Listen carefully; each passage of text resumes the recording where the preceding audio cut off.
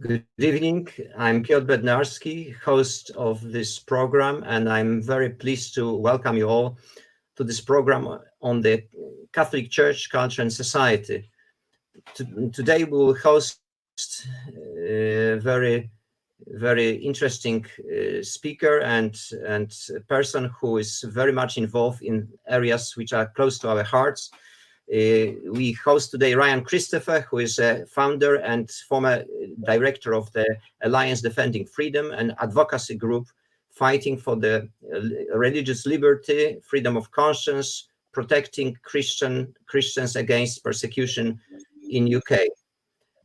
Ryan is a graduate of Cambridge University in history, but he also studied philosophy and theology at Pontifical University of St. Thomas Aquinas and Gregorian University in Rome. Ryan, we are very warmly welcome you in our program. We are very happy that you agreed to participating in this program and hope to have good conversation. Thank you so much. Yeah, it's such a pleasure to be with everyone. We organized this program with EWT and Poland, Christian Center for Culture of Mary Our Queen, Lay Catholic Association Przybądźcie Wierni. With me is Zbigniew Przybłowski, my co-producer, and we are supported by EWTN staff. Łukasz is with us. So, following our good tradition, let's start by praying to God especially for the peace in the world, in Holy Land and in Ukraine and other places when there is a conflict. Let us ask our God for the peace and for the solution of all these difficult problems.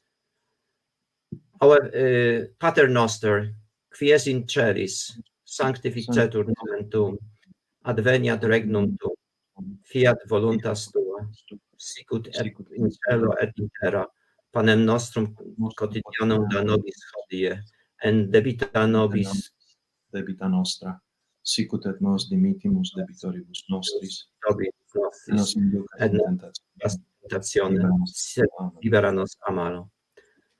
Zbigniew, the floor is yours, and please start the interview. Thank you. Good evening, Ryan. Good evening, everyone.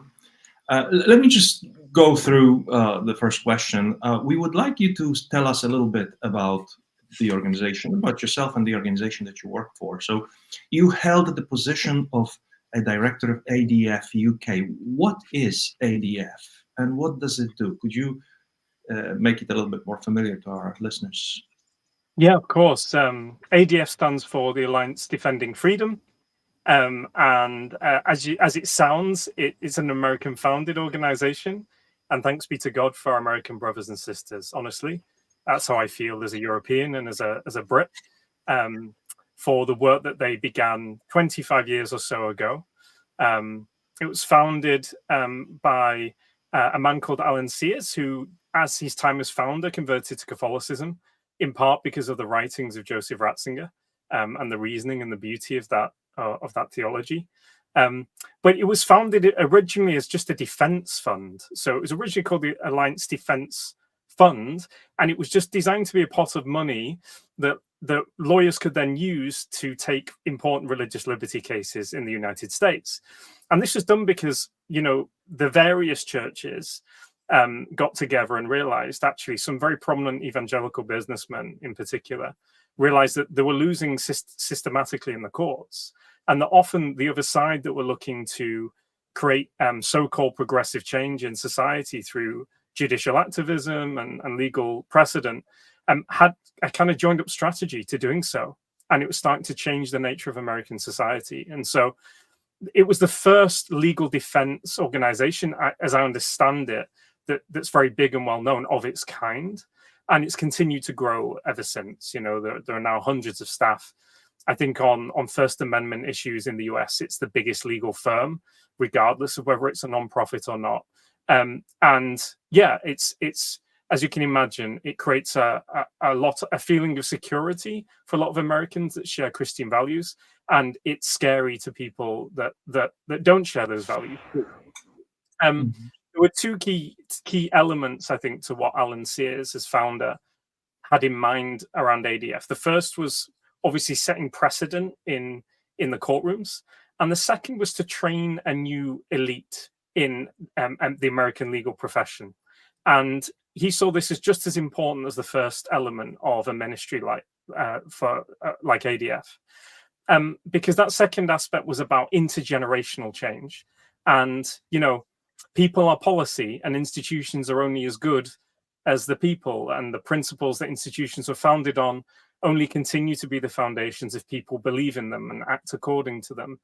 And so, for a generation of American lawyers that believed in the Constitution in a traditional sense, that believed in the rule of law in the traditional sense, and also had a Christian worldview, an understanding of the natural law, an understanding of what true law and justice is to underpin their legal practice, he set up a training academy that's called the Blackstone Training Academy. And we're now seeing that intergenerational effect of him doing that, because we now have thousands of lawyers in the US that have gone through the Blackstone program, and they are, clerks or judges at the state or federal level all over the United States now. And the most high profile alumnus would be Amy Coney Barrett, who was grilled quite heavily in her confirmation hearings by the Democrats because she, attended this terrible groups training program called Blackstone.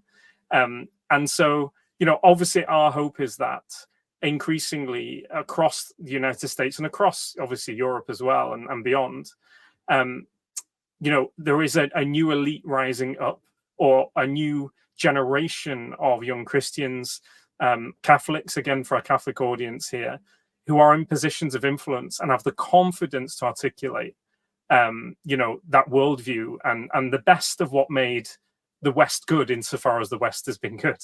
So there are two key elements to that at the beginning. And I'll just say, if I was to describe what we do now in terms of our advocacy with governments, in legislative chambers, in the courtroom, in the media, really it's this headline: we exist so that you can live out and speak the truth. As Catholics who are listening to this program, we are absolutely 100% behind you. We understand what you believe and why, and we're here to advocate for you at all the major institutions across the world, and the most significant ones anyway, and often at regional legislative levels and before governments too. And are you present in UK only, or is your presence a pan-European presence? Yeah, outside of the US, ADF International would be based in Vienna, actually. We see that as a really good central spot for the rest of the world. Most of the world can get to Vienna pretty easily.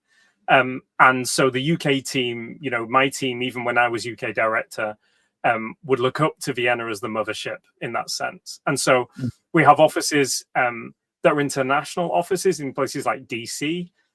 We have offices we have ADF India.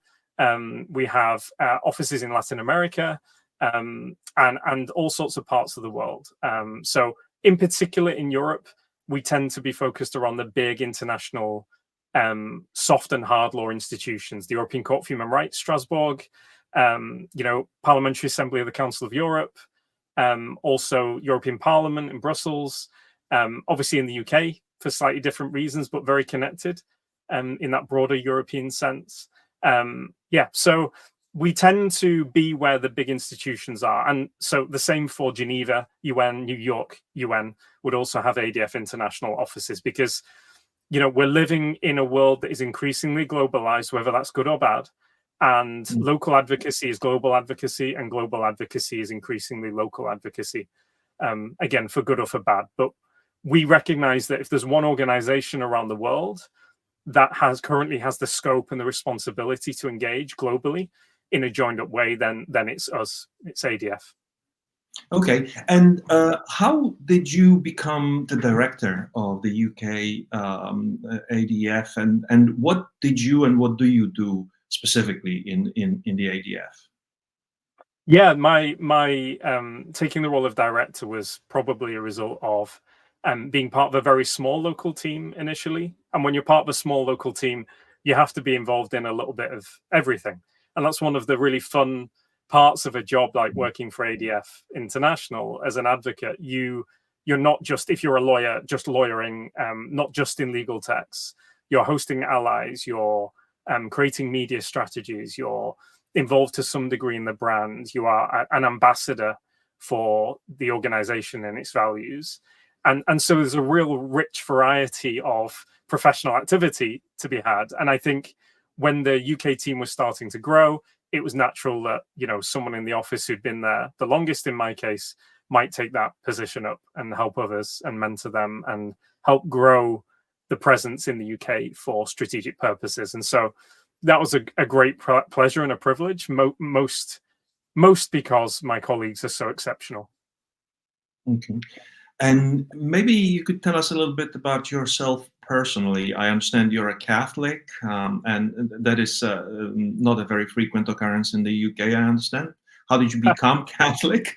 Were you born Catholic, or were you baptized or converted? How did you come to the faith in this secular world? Yeah, I think my background is quite typical of people that are Catholic of my age in the UK. You know, my mother comes from an Irish family that came over a generation or two ago, and my father is Polish, and you know, his parents are both Polish. But as is quite typical, I think, for my parents' generation, the practice that was handed down to them was quite nominal. You know, it wasn't like on the Polish side, I think culturally it was important that we were Catholic, but you know, I don't think my father's parents were especially careful about going to mass every Sunday and showing that that was a priority. And so, you know, growing up, I was in a position where, living with my mother, she hadn't grown up with a habit of practicing. And it was slightly later in her life, when I was, you know, over the age of 10, early teens, that she came back to her faith. Thank God. I'm really grateful for that. And for a period of time, that was quite difficult for me as a young man, because, you know, I remember looking at children from the Christian schools near me and thinking they were weird, and we'd call them Bible bashers and mock them, you know, as a young boy. And then all of a sudden, you know, I'm going to mass, and, you know, we were living in Manchester, you know, and we went to a variety of things like Latin mass and charismatic and, you know, the whole spectrum. And I found it really odd as a young man, and I found it quite difficult to some degree. But I knew a couple of things. One, my gut feeling told me there was something here. I think the Lord had planted something deep in me of knowing he was my father and he was there for me. And I knew that this was really important for my mother, who I loved dearly. And so, you know, that was enough to keep me practicing, to the point where I had a couple of things happen that really confirmed me as Catholic for my own sake. One was an extraordinary supernatural event. And, you know, I was going to tell my mother that I was going to stop going to mass, and it was a weeknight mass. And after I received communion, I had this most extraordinary and overwhelming sense of God's love for me. In a sense, I can't put words to describe it, as you can imagine, but it was so intense, it kind of disabled me physically for the most part. I couldn't speak for 4 or 5 hours afterwards. I was shaking, and I was uncontrollably crying with the emotional reaction I had to it. And when I finally recovered that evening, my mother said to me, what happened, basically. She was very calm, because she's a very spiritual lady, and I think she had some intuition as to what was going on. And I said, Mum, I was going to tell you I was going to stop going to mass tonight, and I don't know what to do about this now. I mean, obviously, God's touched me in some way. And, you know, that was enough to keep me going. That experience was enough to keep me going in the habit, until the point where my mother introduced me to some really impressive, you know, relatively young Catholic clergy. Some of whom had been like astrophysicists at Cambridge, some of whom were philosophers by background. And they provided the kind of intellectual answers that I needed as a young man, in order to at least get me to the point where I understood that I felt that Catholicism was the best explanation of how human beings are and how the world is. And if there's going to be any hope in this world, or any true meaning to notions like love, then Christianity provided the answer to those things. And so along with that spiritual experience, that intellectual journey, I think was mostly there by my early 20s. Mm-hmm. I understand that you considered priesthood at some point. So you have gone quite deeply into the religious life, but then you went on to study philosophy and theology in Rome. How did that happen? And yeah, how does that experience sort of influence what you are doing right now? Yeah, no, it massively influences everything I do. And, that study of philosophy and theology was a part of my seminary training, for which I'll be forever grateful, because honestly, it provided a intellectual foundation that I think every child should have. And I should have had before the age of, I think I was 26 when I was in seminary. And, I'd gone through a prestigious university like Cambridge, and I'd gone through the British education system, and I couldn't use grammar properly in my writing, and being forced to learn Latin, for example, at the Angelicum, for 2 years, changed the way that I think, even in English now, and use my English language in practice, even if it doesn't come across in this interview quite so well. But, there are very basic things like that to the intellectual foundations that I think, are the Western tradition that every young person should have access to, that I only got through seminary. And so I'll always be grateful, obviously, for that, and for the fact that it brought me closer to Jesus. Everyone has their own personal spirituality to some degree, I believe. And the way that I feel especially intimate with the Lord is through philosophical and theological inquiry. And so for me, it was a deeply spiritual blessing in my life that I was able to spend 4.5 years formally studying theology and philosophy. So yeah, that was a great privilege, and to do it in Rome as well, obviously had its massive upsides and some downsides as well, because you see the imperfection of the church in practice, as will always be the case. Now, in terms of how it influences my work now, some of my lawyer colleagues, not all of them, would admit, because lawyers are quite proud, that they wish that they'd had the foundations that I had before they studied law.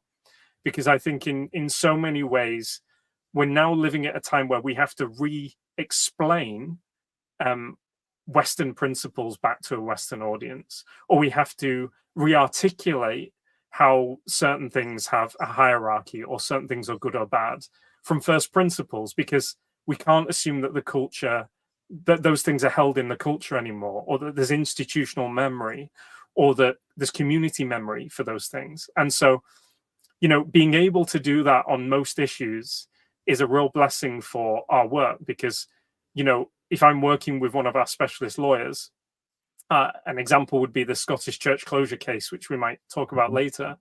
I was able to look into, principles of canon law and the principles of sacramental life, and explain that to them, so that they could then present it to the court in a way that might help the legal arguments to win. And so there's a lot of double teaming in that regard, I would say, in the work that we do. But also, I think we're living at a time where a lot of even Christian parliamentarians or leaders in government have lost the confidence of how to explain what they believe, right? There are a lot of people in government or in parliament in lots of countries in Europe, I think, who are faithful. They have a childlike faith in the Lord. They have a beautiful faith. They pray. They really believe, and they want to be faithful to the church. But they don't know from themselves how to explain from first principles and to make the arguments that they need to make within Parliament or within government or whatever that forum might be. And so being able to do that alongside them, I think, is a real blessing that the church has given me in order to serve its people through training me in those years. Okay, yeah, I think your English is quite fine, Well, I've got Manchester accents, and not many Brits would say that. Okay, all right, but you sound very Cambridge to me. Maybe I'm mistaken. And coming to Cambridge, you said that a lot of people in today's society are not aware of the cultural heritage that we have. But you studied history in Cambridge. How do the British people, how does the British society, what's their level of their knowledge? How do they understand history? And do they understand, thanks to historical education, what their background is, what their heritage is, and do they understand what kind of sort of historical megatrends they're a part of? Yeah, I think obviously it depends, child by child. I used to teach history as well for a while at secondary level, and so I understand the kind of curricula that are offered here in the UK, or at least were till about 10 years ago. And the way that history is framed, at least when I was teaching the subject fairly recently, was very much about progress for liberal democracy, however you might broadly define that. So it was a progressive vision. It was a kind of a somewhat a Whig vision of history, like there was a determined kind of progress. And there was an awful lot of focus on particular political movements that are in sync with, I think, with what the zeitgeist might see as progress, either rightly or wrongly, right? So, the civil rights movement in the USA is quite a focus often in history for UK students, because there's a sense of, fundamental equality at stake. And obviously that's good, right? In one sense. But that would often be to the detriment of understanding, for example, other deeper aspects of English history, like, what made our constitution what it is, in real detail. Can I really explain that? Why does the common law have the principles that it has? Where did it come from? Why would courts assume before positive law, more recent positive law like the Human Rights Act or the European Convention, that the right to life exists and every human life is sacred? I don't think young people in my lifetime in most schools would be given a kind of historical grounding to understand the foundations on which this country was built. And I'd say in particular, the deeply Christian, Anglo-Saxon and medieval period is skirted over. If you cover those periods, it's not because of the extraordinary progress in law or the deep thinking or scientific inquiry. It's usually about what was it like to be a peasant in medieval England, and wasn't it terrible? And feudalism, which was terrible, was then ultimately overcome. And that kind of historical narrative, again, I understand this narrative, it's not the worst, but it misses the real heart of understanding what it is to be British historically, and to have the toolkit as a young person to understand why our constitution is as it is, why our political system is as it is. And so you might skip from, being a feudal peasant in medieval England straight through to legal and social reform in the 19th century. Maybe you'll have a quick trip to the Tudors because it's interesting and Henry beheaded a lot of his wives, right? But like you'll go straight to what's the next kind of big moment of political progress, and that is voting rights in like the 1830s, 1860s. And again, there's lots of good reasons to focus on that to some degree. I'm not saying that everything we teach is bad, but I think the fundamentals are often completely skipped and completely missed. And even from a Catholic perspective in particular, this notion that, women weren't able to be powerful or contribute to society, just as one example, you understand that wasn't always true in every context. When you study someone like St. Hilda of Whitby, that helped convene a synod that decided the date of Easter for the church, or, one of the patrons of one of my daughters, St. Edith of Wilton, who was a princess of the Anglo-Saxon court and ruled a monastery that was extremely powerful. And she was far better educated than 99% of the men she would have known, for example. So there are all sorts of really core aspects to how Britain was built, England or Scotland or Ireland or Wales was built, that we miss, sadly.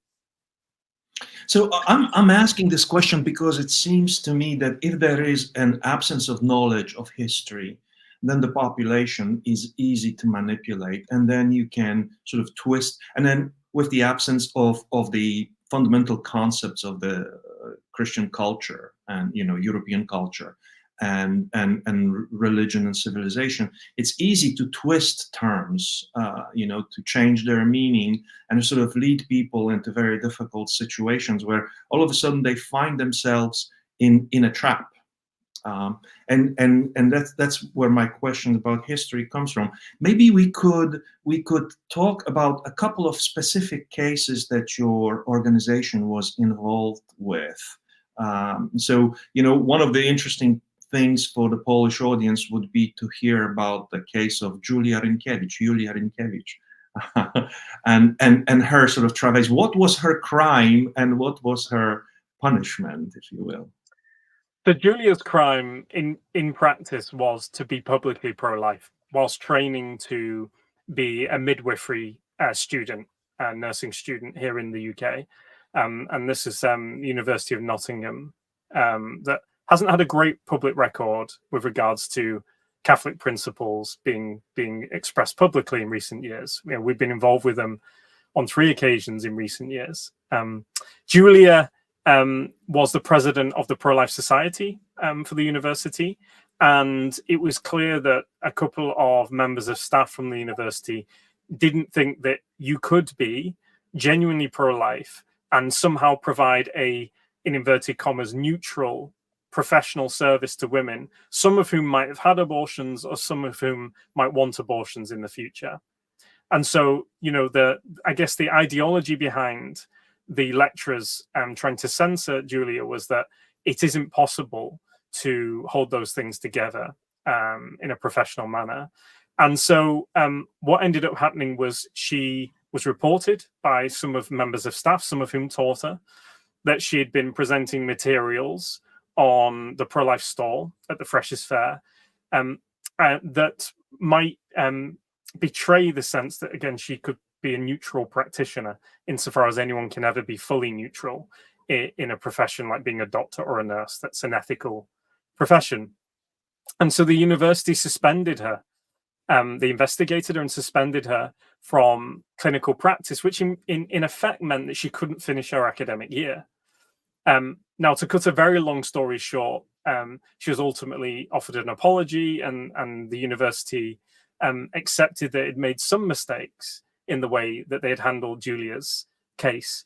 But the interesting thing is this scenario absolutely was not in line with where regulation is in the UK or where the law is in the UK with regards to someone's right to expression of their fundamental beliefs, like the right to life, or their religious expression. And Julia is a very devout Catholic mum now.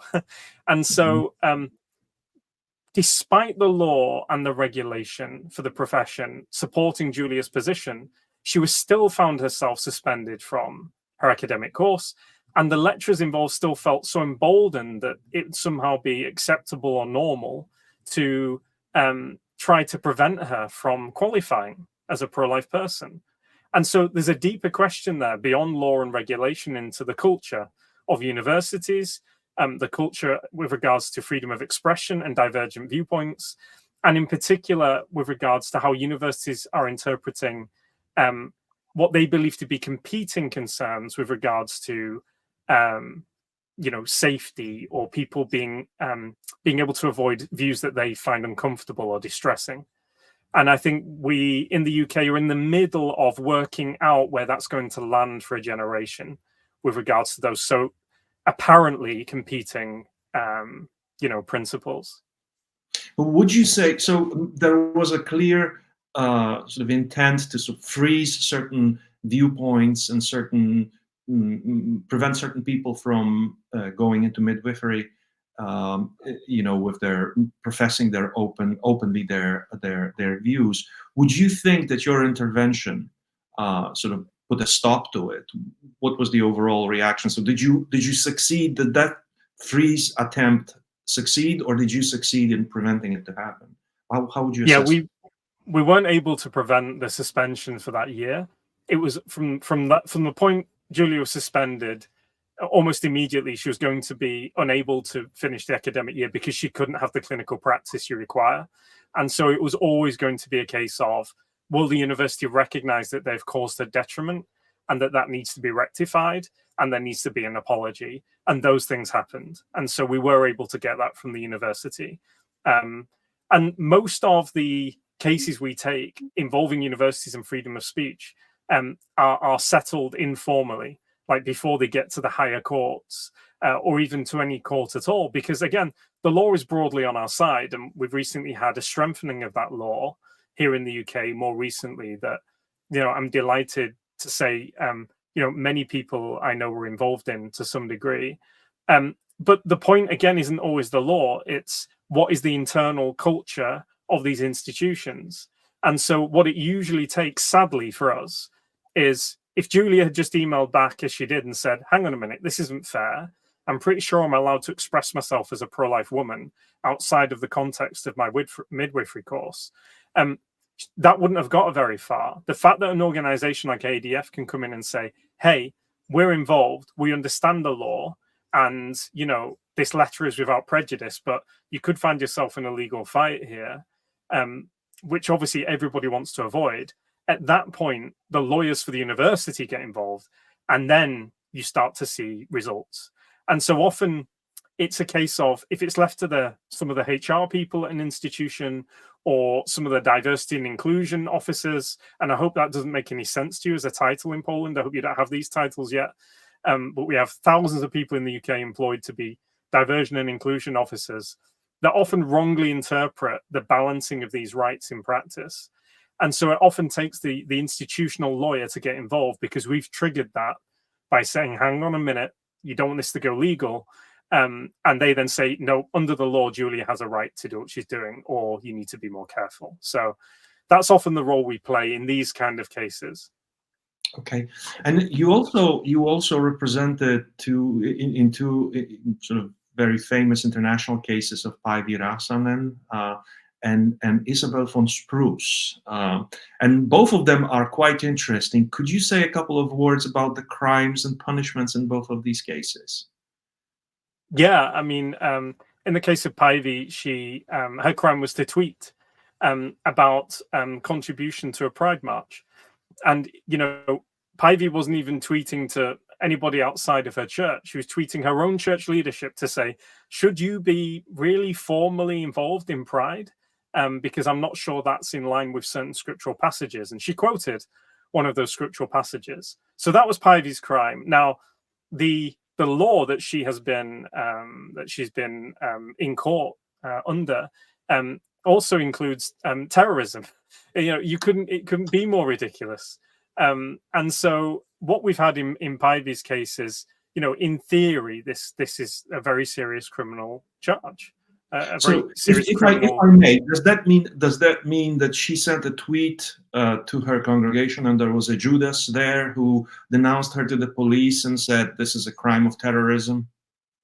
You know what? I'm not sure, actually. I'm not sure who the exact person was that sent that tweet. But what the police should have done once that was reported was to recognize that, hang on a minute, she isn't causing, she isn't crossing a criminal threshold by any reasonable standard. And she's certainly within the broad protections of human rights with regards to freedom of expression. And so, they should have dropped it then and there. But what they did instead was to interrogate her with regards to her theological beliefs. And that didn't end at the police station. That's continued for 3 court hearings now, whereby the prosecution, has said various times, we're not here to, interrogate you for your religious beliefs, but what do you really believe sin is? As though that's relevant then to whether she should be prosecuted or not. So, this is the very definition of a show trial, in my view, the Päivi case. And, we've had, political commentators in Europe, some of whom say it's one of the most significant trials of the last century, because, what it could mark, in Europe in the general sense is a real senior public figure. I mean, Päivi was, a senior minister for Home Affairs in Finland, and she's currently a sitting MP. This case could mark a very public figure being prosecuted, if the prosecution is successful, on the basis of her theological beliefs with regards to human sexuality and sin. And, you know, that hasn't happened for a while in Europe, in most countries, right? In post-Reformation. Yes. It's been quite a long time since we've had trials. And so we could be into a new openly ideological era. Now, obviously, I hope and pray and do believe that Pivy will be acquitted once again. But like so many of the cases we deal with, the process is the punishment, right? The other side know that they're unlikely to get a successful prosecution. But this is, you know, this is a kind of cultural enforcement designed to have a chilling effect on Christians being openly Christian in any sphere that is public, from being a parliamentarian to Twitter to Facebook to the pub to the cafe to the workplace. It's designed to stop us expressing ourselves as people of integrity. And, you know, I know on Pivy's part, she believes that she's not doing this for any personal reason. She's doing this because she believes this highlights the situation that so many other Christians find themselves in on a regular basis.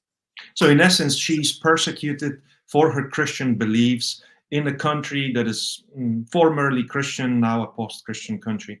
And now there's a sort of a reality that is even more troubling, and that is the 1984 thought crime case of Isabel von Spruce. Could you say a couple of words about that?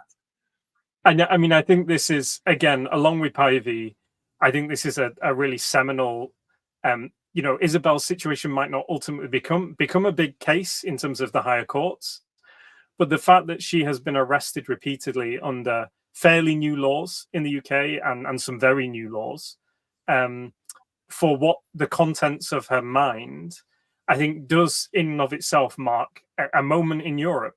It could be a turning point for the good, or it could be a turning point for the very bad.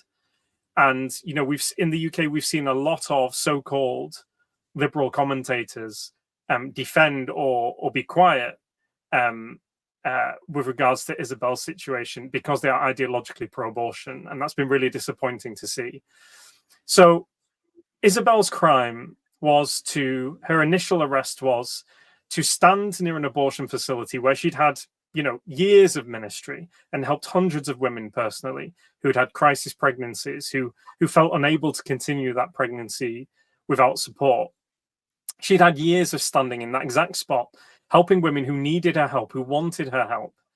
And she did it after a law had changed, a local law that prohibited expressive prayer, you know, things like approaching women on the topic of abortion, having conversations on the topic of abortion. I mean, this law is really egregious and breaks all sorts of, you know, criminal and constitutional principles here in the UK.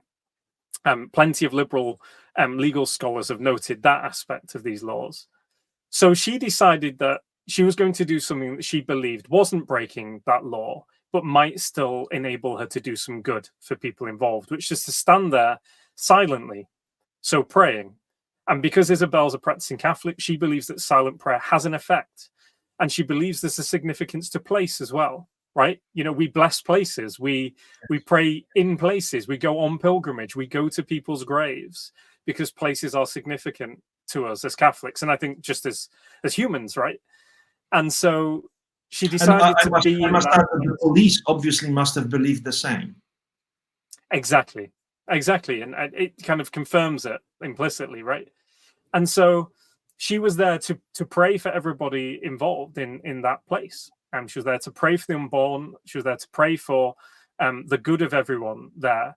And so when it came to her arrest, the fact that it was a thought crime was proven by, you know, which answer she gave that then led to her being arrested successfully.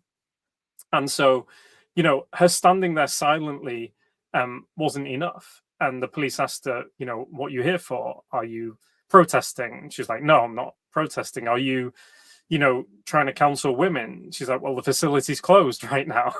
You know, like there's no one here. The street's completely empty. And they were like, are you praying? And she was like, well, only in my mind. So there's no expressive prayer in that sense. And they were like, well, what are you praying about? And she was like, well, is your prayer connected to abortion? She was like, yeah, it's connected to the unborn and what happens in this place. And so on getting that answer, she was then arrested. If she had said, I'm praying for an end to global warming, or I'm praying for, you know, the Knicks basketball team to win the World Series, she would not have been arrested. So it wasn't the fact that she was praying silently, it was the content of that silent prayer that was the formal trigger for her being arrested. And there is no other word to put on that, no other title to put on it than thought crime. And so it's a really tricky position that I think prosecutors find themselves under, because the zeitgeist and a lot of the elite that are pro-abortion in principle do believe that Isabel should be successfully prosecuted. They do believe that her silent praying for the good of everybody is so damaging to society that a criminal charge is justified. And yet at the same time, it's inescapable how significant a successful prosecution for this would be for the UK, for its reputation internationally, for our legal history, and for the precedent being set elsewhere. Because we know as well, very, very well at ADF, that it isn't going to stop there.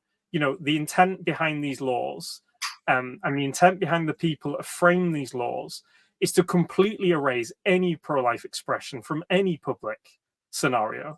You know, in France, we've seen laws brought in that prevent pro-life expression online very explicitly. I think, you know, there are many here in the UK that would like to do that to people like Isabel and myself. I think we'll also see, if they're successful in prosecuting Isabel, or this line being drawn here legally and in precedent, then I think the next step will be to remove all pro-life expression from any part of the street, any part of the town, any part of the countryside. Why? Because the same warped logic will apply, which is that any form of expression around abortion that isn't encouraging a woman only to have it is inherently so destructive and dangerous to women that it cannot be countenanced. So why stop near an abortion facility? You know, 1 in 3, 1 in 4 women in UK society have had an abortion. You know, according to that logic, it makes sense to remove pro-life expression from all parts of society, every advert, every street. And so, you know, it's a big moment with regards to our human rights laws on expression and our human rights laws on under what's technically Article 8 under the European Convention, the Human Rights Act, the right to privacy, which has been extended and perverted over the last years to encompass this kind of thing. Well, then that article obviously doesn't apply to the privacy of a person's mind and what they hold in their minds. It seems like this is a very anti-life move, and this is a very anti-Catholic move, because, or Christian in general, because it's the Christians who hold the unborn as a full human person from conception to natural death. And so it is sort of a persecution of that brave lady on 2 levels, on her being a Christian, on her protecting life. Could you tell us a little bit? I'm not sure if your organization is involved in the cases of people who are deprived of life support in the British hospitals now. We had a very famous case of a Polish here in Poland, of a Polish person who died in Plymouth Hospital in 2021, who was disconnected 4 times from life support despite his family wanting to take him to Poland. We had Alfie Gard, and now we have the story of Indy Gregory. Is your organization involved in that, in those cases? And, you know, what does that signify? Because this is sort of taking care of, quote unquote, of human life on the other side, yeah, towards the end of life.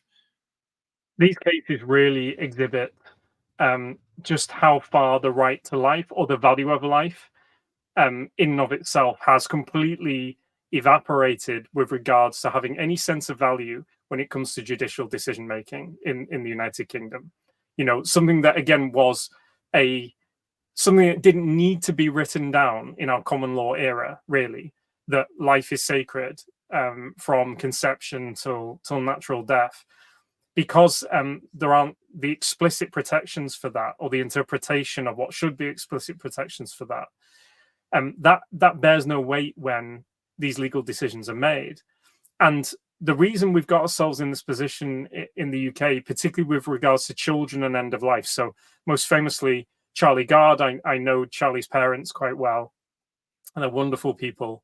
And I was very close to that family for a period of time. And I've also, met Alfie Evans' parents too. The reason we generally don't litigate those cases is because the legal precedent in the courts is so bad that the chances of victory are so low. And so, if I was a parent, I'd want to litigate it regardless, obviously. But we have a duty to steward the resources that we have, the time and the money that we have, to focus on things where we think there's a good chance of victory and a good precedent being set.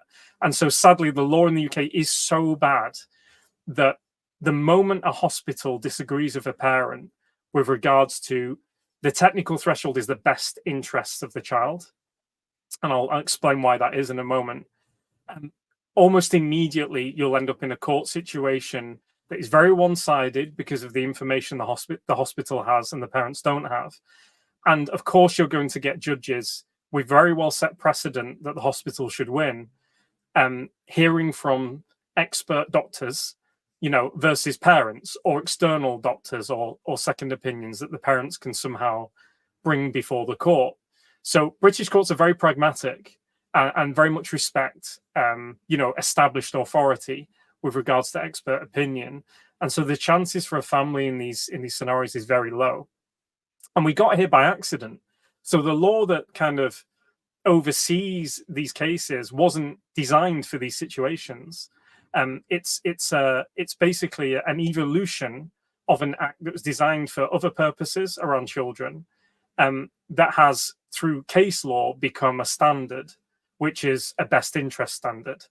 And you can contrast that with a situation where the social services law of this country has a very much higher, well-established standard, which is serious harm.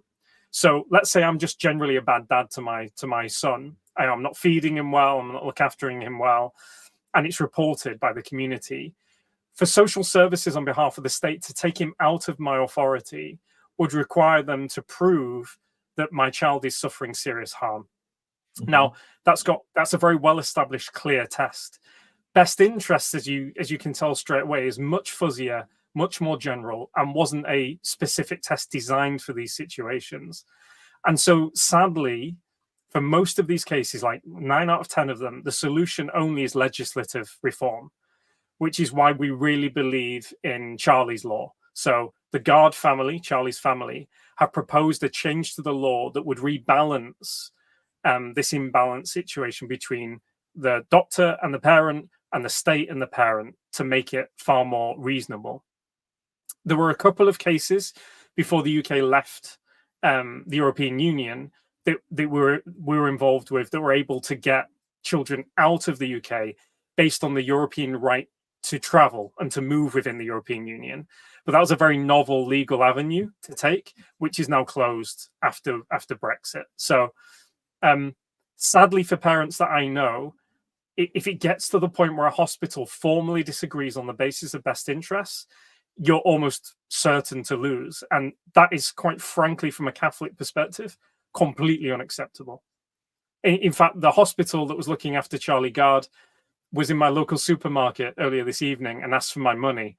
And I said, listen, until you change your policies on this as a hospital, I cannot in good conscience support you financially because you override parental authority. So, yeah, sad state of affairs here in the UK. Yeah, and this is a really scary situation where the state usurps the right to override the authority of the parents.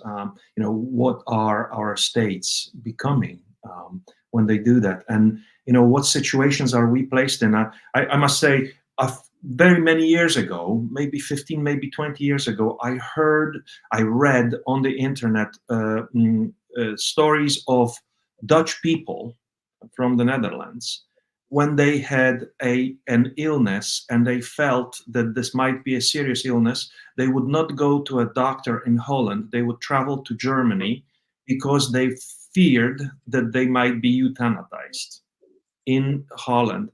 So this is a situation where a person goes to the hospital because they feel ill, and they are trapped in a system that they will decide about their life and death without respect for their loved ones, for their family. There's a path where it started, and I don't know exactly where this path did start, but it seems that the freedom that has been taken away from us, one of the most egregious examples was the limitation of the freedom of Christians to practice in churches during the so-called COVID era. And you had a very big victory in that area in terms of the Scots resisting the government and fighting for their right to provide services to the faithful, and what example they set for the rest of us. Could you tell us a couple of words about that situation? Yeah, it was the first legal victory against government regulations here in the UK for anything around COVID. And it was a very significant moment. And there were lots of, it wasn't just the Scottish church closure case, it was several around Europe that were able to litigate along similar lines, and they were all victorious, thankfully. This is one area where the convention and its interpretation, was very helpful. Here in the UK, it was a constitutional question, and it was also then a human rights question too. And luckily, the highest court in Scotland, which is where the regulations we were challenging were, found that it was disproportionate for the Scottish state to criminalise the opening of churches when, at the same time, they were allowing bicycle shops to be open for bicycle repairs and supermarkets to be open for food. And the closest comparator that was made in the court on the day was the right to have your case heard in court. And in the UK, in Scotland, they were using cinemas with social distancing in order to have trials. And so the key question, I think, on the day really to the government's lawyers was from the judge to say, why is the right to have speedy justice a higher right than the right to, for example, a Catholic be able to visit the very presence of God as he or she might understand it, or to receive the forgiveness of their sins as he or she might understand it? Why is that right higher than the other? If you're willing to risk an element of contagion as a result of bicycle shops or trials in cinemas, why not allow people to social distance in church? And so, rightly so, the court found that is a disproportionate discrimination with regards to Article 9 rights to religious expression and life.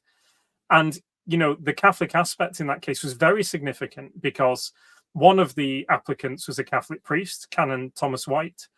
And, he was making the argument that under canon law, he has a duty to open his church.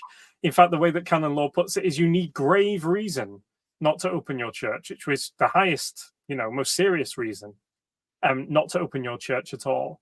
And several Scottish bishops also put in a kind of letter to the court, which I think was very influential to explain the theological and pastoral implications of closing Catholic churches to Catholics, because, of course, we believe in the sacramental economy as the normal means by which God heals and saves us as Catholics. And so, luckily, the court, and rightly so, the court took that seriously, because the Scottish government, in effect, was saying, you can still worship, you can still have Christian life to the full, just with some inconvenience.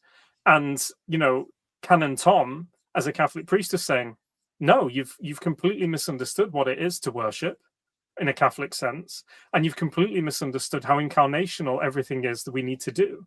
You can only have the sacraments in person. That's the form of the sacraments. And so that then, I think, was one of the big moments nationally that said, you know what, some of what the state has done here is to desperately overreach, both in principle and in practice, with regards to religious rights or freedom of movement, freedom of expression more generally in that period. And again, it seems that also here, the Catholics, Christians in general, but in Catholics specifically, were sort of discriminated to a higher degree than other people. So the people who do not believe in God at all and could travel, on the public transportation, could gather in bike shops and stuff like that, and other religions who are not prevented from holding their ceremonies or their prayers in the open. Would you agree that this is a disproportionate treatment of Catholics as well? I think in the UK framework, it would be seen as indirect discrimination. So it wouldn't be seen as, was the government openly trying to, affect Catholics most particularly? The answer to that, I think, is no, honestly. But, indirect discrimination is where it affects certain groups in a particular way, regardless of your intent. And then the question usually is, well, is it legitimate, given that it's indirect? Is there a legitimate reason behind that policy that is proportionate enough? And that really was what the case was all about. And so, again, rightly so, the court found that in practice, this is indirect discrimination in the general sense, and that it was disproportionate to impose this kind of restriction for the kind of effect they were hoping to have, because the Scottish government, could not prove that measure would save a life. Even they couldn't prove it. And my last question on that. Sorry, go ahead. Oh no, please. No, my last question on that would be: will your victory in this case prevent such measures by the government in the future? I think in a very narrow sense, yes, it should. And in a broader sense, it can and does. In a broader sense, it should. Like, I think any government that's looking to impose restrictions and rule by department, as we had here in the UK, we had very unconstitutional mode of government here in general, which is a big part of the problem. So you had very rushed decisions made by departments, not going through the same kind of parliamentary scrutiny that would happen, or the human rights and tests that would usually happen as part of passing laws that have such a fundamental effect on society or such a restrictive effect on a person or groups. And so there should be a pause for thought in light of all of that. My concern, honestly, is that I think as a society in general, we've not had the big conversations about that time and whether we got the balance right in terms of checks and balances and constitutional appropriateness. And I think even, frankly, as a Catholic within the church, I still think there's a big conversation that we need to have ahead of the next scenario that could be next year, could be in 20, where we're very clear about what our red lines are and why.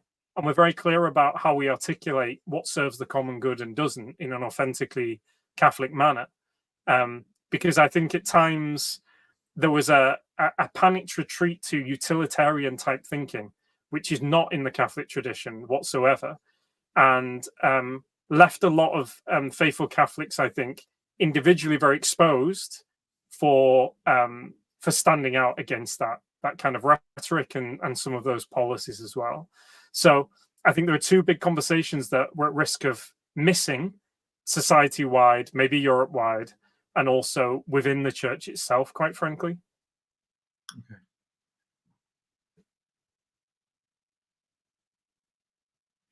You need to turn off your microphone. Turn on your microphone, Piotr. Let me switch to another area which is quite important for us, is freedom and truth.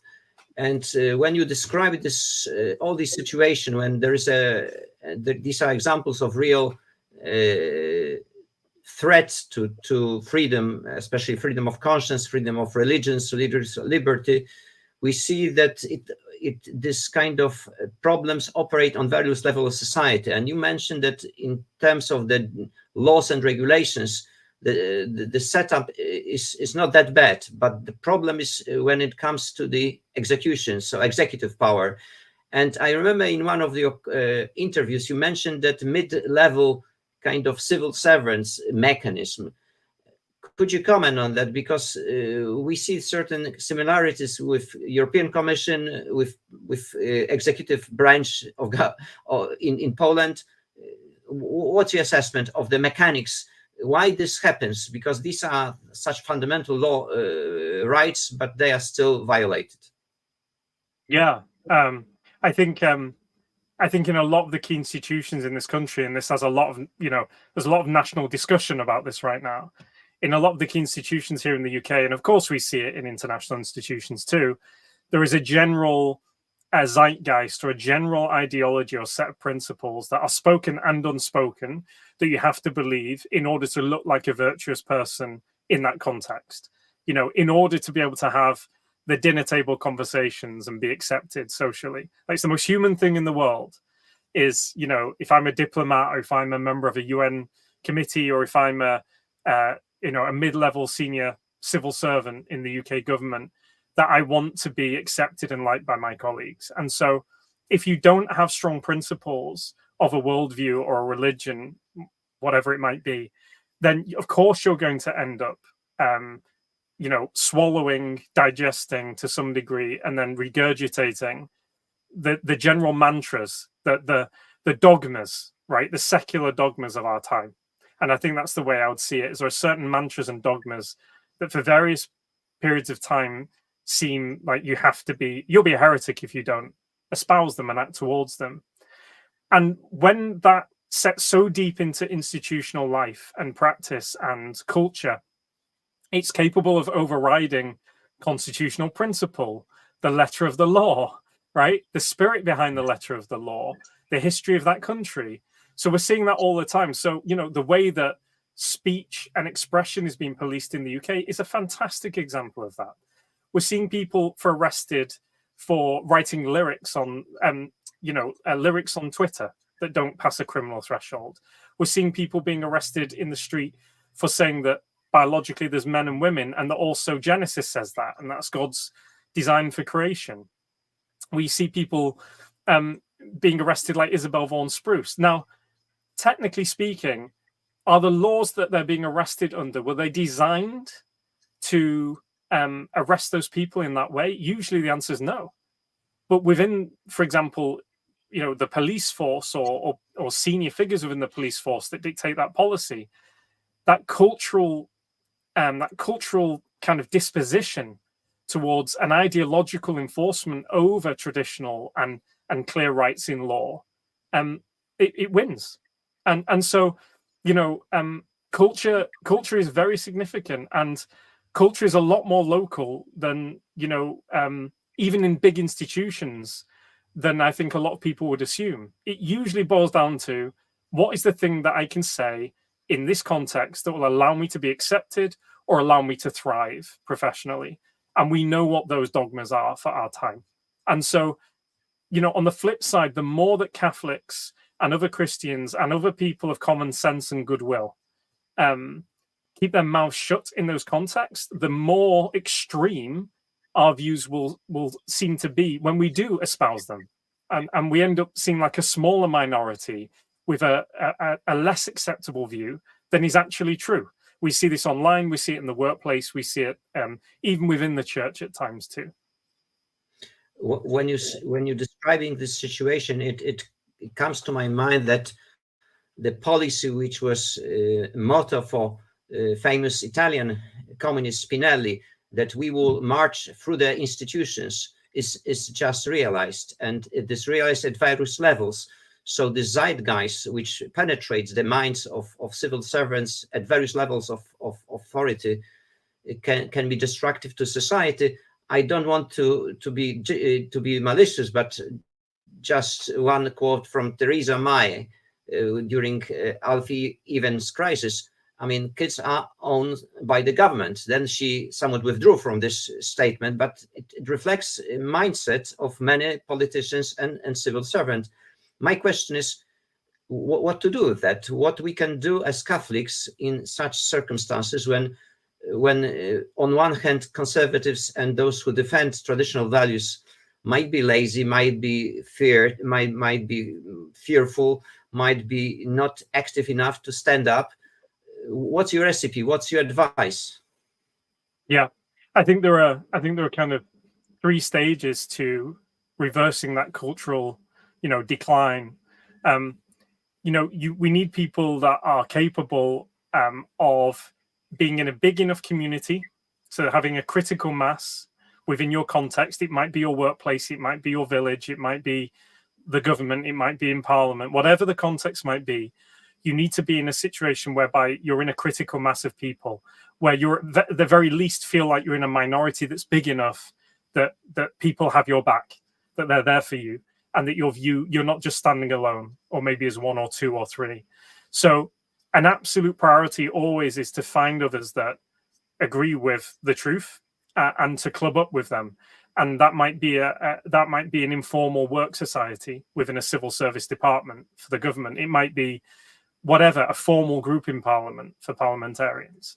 It doesn't matter really what that context is. You just need that critical mass, because, and the people within that critical mass need to be people who have moral courage. Now, how do you get moral courage? Moral courage isn't something that just happens to you overnight. People don't risk everything about their career and their reputation in that big moment, because that big moment arrives. It's very rare that people do that the first time when the big crisis hits. The people that do it when the big crisis hits are people that have got used to doing it in smaller ways on a regular basis. And so moral courage is just like any other virtue. It's something you've got into a habit of doing throughout your life. And so the challenge I would offer to Catholics listening to this, or anybody else that believes in the good and common sense, is, are there small areas of your life right now whereby you could speak out a little with regards to what you really believe and what you know to be true, that might be a bit awkward or difficult, but you're probably going to survive if you do it? Then if that's true, start doing it tomorrow, and do it again the week after, and do it again the week after that, because it'll have 2 effects. It will normalize that view more, particularly if other people share it with you in that context. And secondly, and most importantly, you're starting to build that muscle over time of moral courage. So when the big crisis comes, when that moment, that Thomas More moment, right, that John Fisher moment, when that time to really lay it all on the line comes, you're able to do it because you've developed moral courage. And so it's people who have established moral courage living in community. And I'll say one last thing about that. In order to have moral courage, you need to be convicted of the thing being true itself. And this is, again, a part we can all play for other people. You can't be courageous for something you're not convicted about.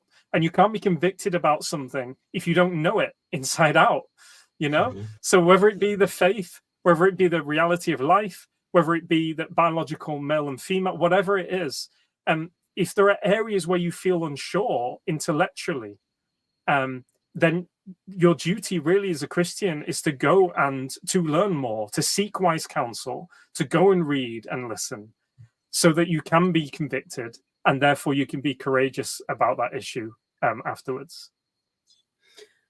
But as you know, many people have families and they are afraid of being sacked from their jobs.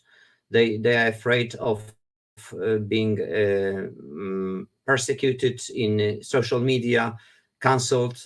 And of course, there is a common, I would say, opportunistic behavior in major corporations, because no one wants to be black sheep. And this creates some kind of fear and stops this stand-up position. Even if big corporations have these ethical commissions and some good corporate principles, but in practice, if you stand up and say, well, I don't think that Pride Month propaganda should be addressed to everyone, because not everyone is interested, very few people will stand up and say, well, I'm supporting that.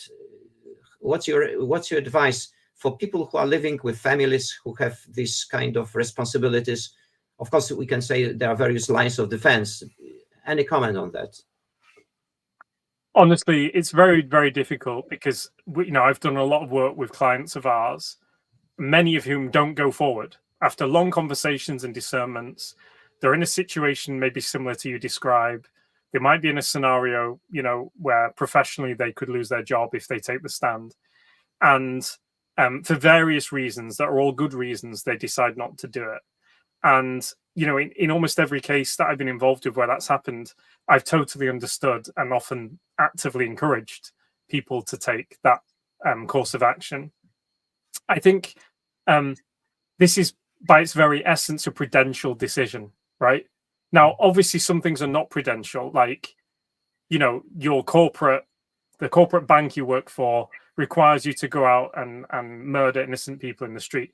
Obviously, that's a moral black and white. There's no prudential assessment to be made there with regards to your own conscience. You have to quit and you have to not do it. And in fact, you then have to resist as well, quite proactively, something like that. But there are situations where it's like, you know what, let me give an example where it isn't a clear black and white for Catholic teaching in and of itself, isn't necessarily the principle in and of itself, but someone in conscience might be called to take a stand. And that could be an example of a teacher where they don't like the fact that pupil has changed their name, right?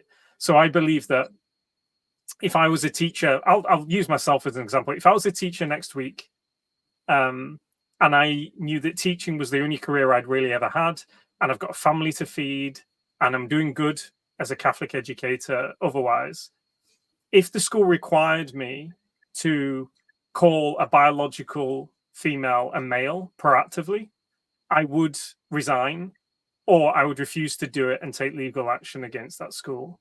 And even if that risks my family being impoverished, I believe that the Catholic community has a duty to gather around me and support my family in that circumstance, because we're not islands. Like, Catholic social teaching is that we're part of a common good that is founded on societies that should be mutually supportive of people living in virtue and doing the right thing. And so if I was to do that, I think the Catholic community has a duty to support my family so that we don't starve and it doesn't have that kind of effect on them. And I believe that that is a moral black and white that is very clear. It comes from biblical sources and it comes from principles of church teaching that are very well established. So I would feel like I don't have a choice to decide whether I resign or take legal action there. A more tricky scenario, a grayer scenario, in my view, would be a name change of a pupil. And I know Catholic teachers that for them, that's the red line, and for others, it's not. And so let's say the school says, okay, that's fine.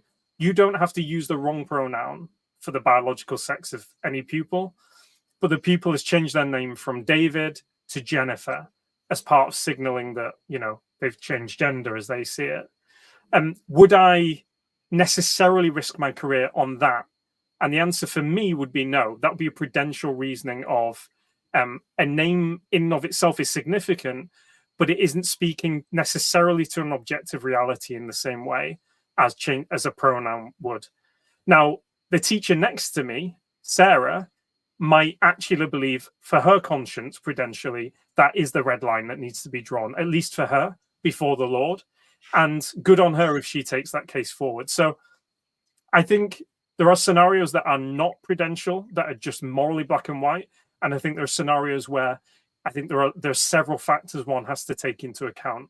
And if you find yourself in that situation, there are two sources of help you need. Firstly, as a Catholic, you need someone with sound moral reasoning to be able to tell you with authority, no, this is a moral black or white. Like, you can't do this. You do have to resign, or you do have to challenge it. And so have certainty about the moral black and white, because that then allows you to be in a situation where you can then prudentially decide, according to your conscience, is the Lord calling me to make that sacrifice in balance of my duties to my family? Mm-hmm. You address one of the important elements of the current secular society. You know, in Poland, we've got acceleration of secular trends. According to sociological research, pure research, Polish youth is being secularized the most dynamic way globally. We see that in our families, Catholic families, that kids do not go to church. They absorb all these trends which are present in Western societies. We've got this individualistic, consumer-driven society, and undermining of the concept of objective truth. And in that circumstances, the concept of community supporting those who decided for such bold move to resist the mainstream zeitgeist is a certain problem. How to build community, how to overcome this individualistic consumer zeitgeist, which can paralyze people and not to prevent them from being really witness to truth, if they still believe in objective truth. So how to talk about these things to kids? Yeah, again, it's going to depend partly on your context. But the one thing I can say is that what's happened in my society, I can't speak for Polish society very well, but what's definitely happened in the UK is that children are growing up in a culture that is, the antithesis of what the Lord made them to flourish in by his created design for them.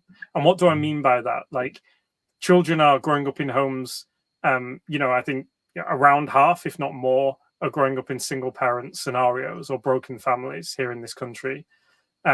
They are growing up in an environment whereby the local society, as in the people within 3 square miles of where they live, most of whom don't know each other whatsoever, have any ties to each other.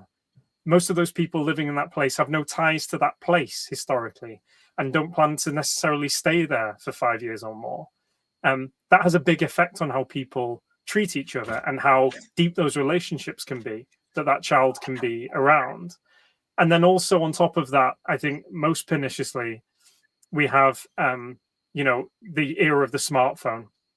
And if you read, the sociological studies about what's happened to children, there's something happened around 2012 that's very, very marked. And that's the moment where girls in particular, because it affects girls more for various reasons, most girls all of a sudden had smartphones. And we see this massive shift in mental health outcomes for children. Now, why do I say that in the context of people keeping the faith? Well, I think there are 2 elements to that. First element is, I think being on a social media network rather than being in a real human community means that you can somehow see yourself as an individual as part of a network. And that's a very different way to growing up with an understanding of yourself in society than if you grow up in a real community. And obviously the way that you relate to others on a social media network is massively different to in real life and how we're designed to work. The other element that is really pernicious is pornography, of course, because, children are bombarded with this on these devices. And if there's anything that's going to kill the spiritual life, kill the life of the soul, that is going to pervert a young man or young woman's sense of their right relationship to each other, their understanding of what true love is and care, then it's pornography, frankly. It is going to kill the spiritual life in that young person. And if that's a habit that establishes, it's as dangerous and as hard to come away from as crack cocaine, if not more. But we don't act as though that's true, right? And so my challenge to fellow Catholic adults is to say, hang on a minute, we've put our children into these scenarios, somehow expecting that they will flourish, that they will have the faith, that they'll have a connection to the spiritual. That, why would we expect that when they're growing up in this toxic environment for themselves? And so I think a big part of the core checklist that we have to make as the adults and the parents of our children is to say, are they in places where they can experience the transcendentals? Are they experiencing love in the truest sense? Are they experiencing real beauty in nature and in the man-made? And do they have access to the truth? And are they doing that in a society that normalizes what Catholic life actually is? In other words, regular prayer, not having access to pornography. In my view, very limited access to digital devices, the great literature being normal, a school environment that is consistently and completely supportive of the parental culture that they want to establish. And so, the headline here for me is we can't do the same thing that our parents' generation did and expect different results for our children. We have to very intentionally rebuild the village in that sense. We build the community that our children are living in, whereby they can flourish, where they can play when they're young rather than just be on social media, where they can enjoy each other's company and it'd be normal to pray. And I, as a parent, know they're not going to be exposed to stuff that could spiritually hurt them. So I'm not making an argument for complete retreat from society, by the way. I'm just making an argument for intentionality about establishing the things again that are part of our God-given nature, that our God-given nature needs in order to flourish and to have faith. It's very hard to have faith in an urban environment where you are an isolated individual on a social network. It's a lot easier to have faith when you're in a community that knows you and loves you, where prayer is normal, where beauty is normal, and where certain standards are kept about behavior. It's a lot easier as a child to grow up as faithful in that situation.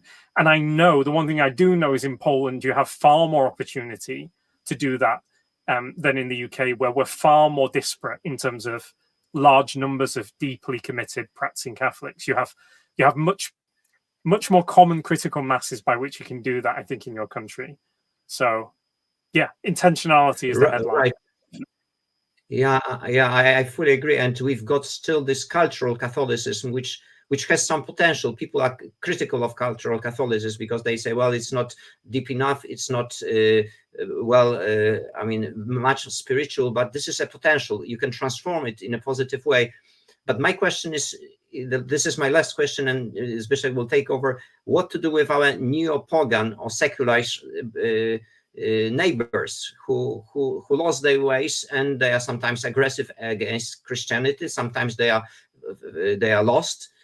What's your advice to evangelize them, how to preach good news to them in the society which is very, I would say, ignorant or simply reluctant to talk about religious affairs? I think outside of, obviously, when someone comes to me and says, what's your intellectual reasons for belief in God? I know they're looking for an intellectual conversation, and an intellectual answer might take them somewhere, right? When I'm in a formal debate, the same. But most people that I encounter, who might be antithetical to Catholicism or Christianity, are people that are actually very badly hurt by society, by people, sometimes by the church, people within the church. And so I think there's something broken in their background or in them, either because of things they've done or usually because of things done to them. Like I say, most children are growing up in scenarios that are not what God designed them to be in. And some people have never experienced any real tangible sense of what self-sacrificial love is for them. And so I think the headline for the church and those of us within it is that I think we're all broken and we all need healing. And I think that's especially true of people that have no formal connection or intentional connection to Jesus Christ. And so maybe that's the lens we should take to this. And I think we're living at a time whereby society is ill. Society is sick. We're living in a culture of death. We're living in a culture of nihilism and ugliness and narcissism. And we're living in a culture whereby people are not seeing hope or answers or beauty anywhere. We can be that. We can be that. And to refer back to my previous answer, it's a lot easier for us to be that if we're doing it in community, right? It's a lot easier for me to invite my neighbor over to, I don't know, the Friday evening dinner that, 5 families share in the biggest house of the families, whereby we just have fun, like normal human regular fun, and people clearly love each other and their children are clearly happy, and this person is in that environment, an environment like that, for the first time ever. And the thing that happens that unites everyone at the end is that they pray to the God who is their father and healer, who loves them unconditionally, and language like that is used in front of them. Like, what could we do with them that is better than that?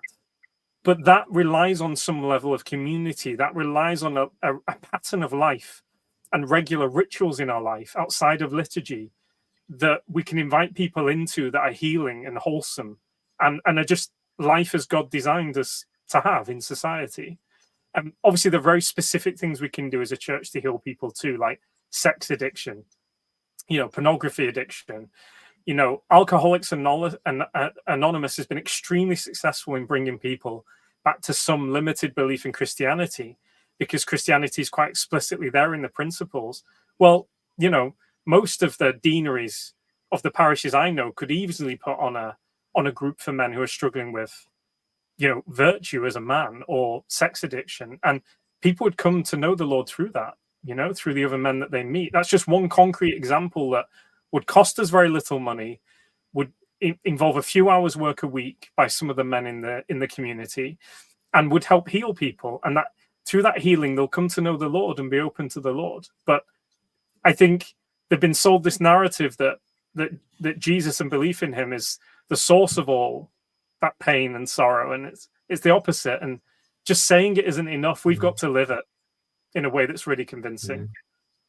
Okay, that's quite powerful. Ryan, let me ask you maybe two questions at once to make it more difficult.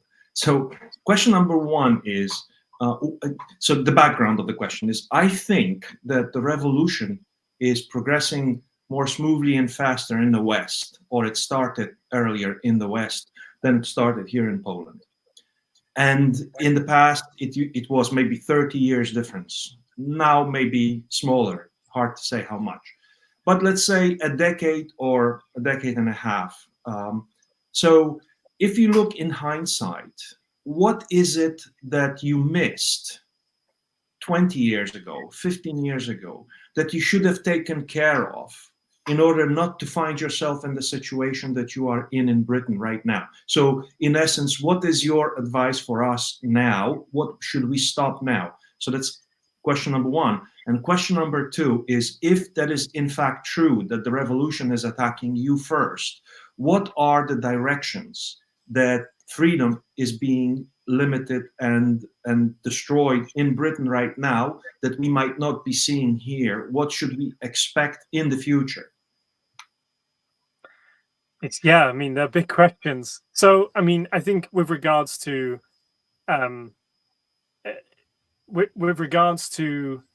things that can be done now that would have paid a massive, massive dividend for us in the UK in my generation, I think, again, to start with the church and to start with those of us, all lay people and clergy, who have responsibility for Christ's body in the broadest sense.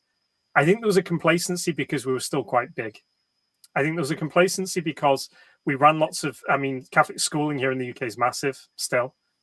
And, you go back 20 years, we'd started to see that really radical dip of attendance in church, but it hadn't come through to the extent that, we've seen in the last 20. So go back to the 70s, late 70s. I think there would still be this sense of everything's kind of okay. Some people are lapsing. But I think it was within the context of the Catholic Church seeing itself as, having barely reestablished itself after the Reformation, frankly, because the reestablishment here was in the 1860s, give or take. I think if in a Polish context, I think that intentionality that I spoke about a few questions ago, again, is the key, because, you're not going to get a strong culture. We talked about how culture within institutions can override the letter of the law or override the will of the executive even in a workplace scenario. Well, the question I think for the church and for Catholics is, do we actually have a Catholic culture local to me? Or do we have Catholic practices, right? Is it that most of us are just going to mass on a Sunday and we send our kids to the Catholic school and we do a couple of other things, that are broadly Catholic in a title, but we're not building a really integrated Catholic culture for our community and our society and our children? I think that difference in intentionality is the key, because that Catholic practices, whilst I'm not judging anyone who does that, by the way, at all. I don't mean it in that sense. But if most people are just doing those practices rather than building intentional Catholic culture, then it's not going to have the strength to survive, and it will fall off a cliff very quickly when secularism comes to challenge it. And so, again, I think it's a question of intentionality, of positive building. And, you know, I'd put it in these terms. If a third of Catholic families had had the mutual support in order to keep their children practicing 20 years ago, the Catholic Church in this country would be massively bigger than it is now. And so a big part of it is tending to that which doesn't seem maybe quite broken yet, as it does in the UK, right? Let's really make sure families are supporting each other for their children to practice the faith. Let's really make sure we're supporting the priest in there being a Catholic culture in the parish, not just, and a broader life around that, those practices, not just touch points with Catholic institutions or touch points with Catholic liturgy only. And I know that sounds a bit vaguer than it could, but I do actually think that's the heart of the matter. Frankly, I do. And then, of course, you know, the next generation or the current generation can't have moral courage and can't be convicted if they don't know. And one of the things that happened in the UK after the Second Vatican Council, it's a very broad thing I'm saying here, I'm aware, is, and I'm not saying the Second Vatican Council was bad, by the way, I want to be really clear about that. But one of the things I think that did happen in practice after the Second Vatican Council here is that we stopped teaching with a sense of confidence and authority. So prior to the Second Vatican Council, you know, catechetics were quite well grooved and established. I'm not saying it was perfect. There were lots of problems. But what definitely happened after the council is that there was this sense of, can we still teach the same things in the same way we always have? And I don't think we ever truly got our act together more broadly as a Catholic community to what systematic catechesis looks like in practice in our community until very recently. And of course, very recently, as in my generation, is too late to handle the sexual revolution, the new reproductive technologies, the fact that teenagers, for the first time in the 70s, had their own financial power at a younger age, and the digital revolution that we've seen more recently. Like, we needed that reestablishment of knowledge in order to build conviction a generation or two before we've started to, you know, patch it back together here in this country. I don't know how that applies to Poland, but you may see some similarities. I don't know. Yeah, I think that this is a very good piece of advice. So, sort of strengthen ourselves, not allow the opponent to break us down into individuals, and help each other in strengthening the faith. And I think what I understood, I'm not sure if I understood correctly from you, is that sort of the Catholic Church and the Catholic tradition and religion is the backbone of a healthy society and a healthy state. And if that goes, all goes. And by the way, since your father was Polish, do you speak Polish? No, sadly not. Okay, well, that's a pity. That's a pity. I hope. I nearly looked some up just to say it and look good, but there we go. I didn't have time to stroke my own ego, my pride. That's fine. You look good enough, you know, with your English language. So, you know, I think our time has expired. So let me express our gratitude for this time. This is a lot of very interesting, very useful information, and presented in a magnificent, splendid way. So thank you very much for your time. Thank you for your words of advice for us. And, you know, let's hope that we can sort of support each other across the borders and help together rebuild the Catholic Church as it used to be, the universal church, the global church. Right. It's a real pleasure. On my part, thank you so much. Yeah, thank you very much for ADF, Alliance Defending Freedom, fantastic mission, which really has growing value in contemporary society. So thank you for that contribution. This is very important for us. It's a good example. And I think in Poland, hearing what you said, people get really strengthened because someone is standing behind them. So thanks a lot for your contribution in that respect. And by the way, sorry, go ahead. I can't take credit for it, but honestly, it's a great comfort to me that ADF exists personally as well. So it's a privilege to do this work, and ask people to pray that the Lord blesses it if it be His will. Let me just plug Ordo Iuris here for a second, because we have just won the final case of a person who was fired from IKEA for quoting the Bible, and now he's restored to work. So hopefully such situations are not going to be happening. Yeah. Thank you very much. Thank you, guys. Goodbye.